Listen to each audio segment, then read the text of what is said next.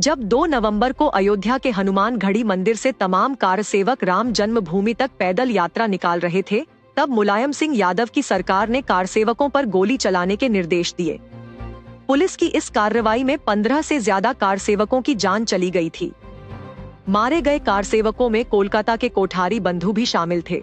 इसमें शरद कोठारी की उम्र सिर्फ 20 साल थी और बड़े भाई राम कोठारी की उम्र 23 साल थी। किताब अयोध्या के चश्मदीद के अनुसार 22 अक्टूबर की रात शरद और रामकुमार कोठारी कलकत्ता से चले थे।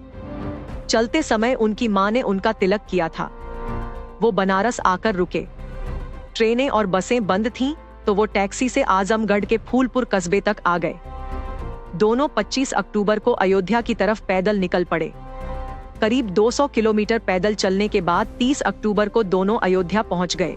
30 अक्टूबर 1990 तक अयोध्या में लाखों की संख्या में कार सेवक जुट चुके थे। अयोध्या में लगे कर्फ्यू के बीच सुबह करीब 10 बजे चारों दिशाओं से बाबरी मस्जिद की ओर कार सेवक बढ़ने लगे।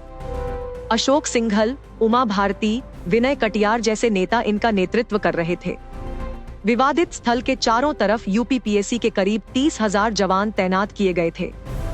5,000 से ज्यादा कार सेवक और साधु संत बैरिकेडिंग तोड़ते हुए विवादित स्थल तक पहुंच गए थे। तत्कालीन मुख्यमंत्री मुलायम सिंह यादव का साफ निर्देश था कि मस्जिद को कोई नुकसान नहीं पहुंचना चाहिए। पहले पुलिस को स्पष्ट निर्देश दिया गया था कि लोगों को तितर बितर करने के लिए केवल आंसू गैस के गोले छोड़े जाएं।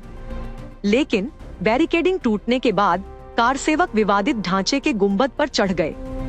वहां कोठारी बंधुओं ने भगवा झंडा फहरा दिया। इसके बाद पुलिस ने कार सेवकों पर फायरिंग की।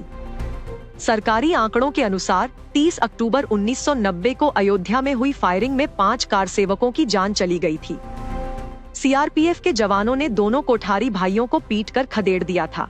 2 नवंबर को शरद और रामकुमार दोनों भाई विनय कटियार के नेतृत्व में दिगंबर अखाड़े की तरफ से हनुमानगढ़ी की ओर बढ़ रहे थे। जब सुरक्षा बलों ने गोली चलाई तो दोनों पीछे हटकर लाल कोठी वाली गली के एक घर में छिप गए। लेकिन थोड़ी देर बाद जब वे दोनों बाहर निकले तो पुलिस फायरिंग का शिकार बन गए। दोनों ने मौके पर ही दम तोड़ दिया। बेटों की मौत से उनके पिता हीरालाल को ऐसा आघात लगा कि शव लेने के लिए अयोध्या आने की हिम्मत भी नहीं जुटा सके। दोनों का शव लेने हीरालाल के बड़े भाई दाऊलाल आए थे और उन्होंने ही दोनों का अंतिम संस्कार किया था। माता पिता और बहन तीनों ही उनके अंतिम संस्कार में शामिल नहीं हो सके थे क्योंकि कर्फ्यू लगा हुआ था।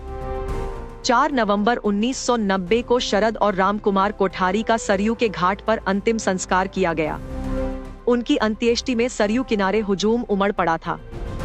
दोनों भाइयों के लिए अमर रहे के नारे गूंज रहे थे। 12 दिसंबर को उनकी बहन पूर्णिमा कोठारी की शादी होने वाली थी। दोनों भाई वादा कर गए थे कि शादी तक लौट आएंगे, लेकिन ये हो नहीं सका। शरद और रामकुमार का परिवार पीढ़ियों से कोलकाता में रह रहा है। उनके माता पिता ने इस गर्व के साथ अपना जीवन जिया कि उनके बेटों ने रामकाज में अपने प्राण गंवा दिए। बहन पूर्णिमा अपने भाइयों के लिए हर रोज एक दिया जलाती है। पूर्णिमा और उनके भाई के दोस्त राजेश अग्रवाल मिलकर राम शरद कोठारी स्मृति समिति नाम से एक संस्था चलाते हैं। पूर्णिमा को राम मंदिर के उद्घाटन के लिए निमंत्रण आया है। उन्होंने आग्रह किया है कि मंदिर उद्घाटन में समाजवादी पार्टी को न बुलाया जाए, क्योंकि उन्हीं के शासन में उनके भाइयों की पुलिस फायरिंग में मौत हुई थी।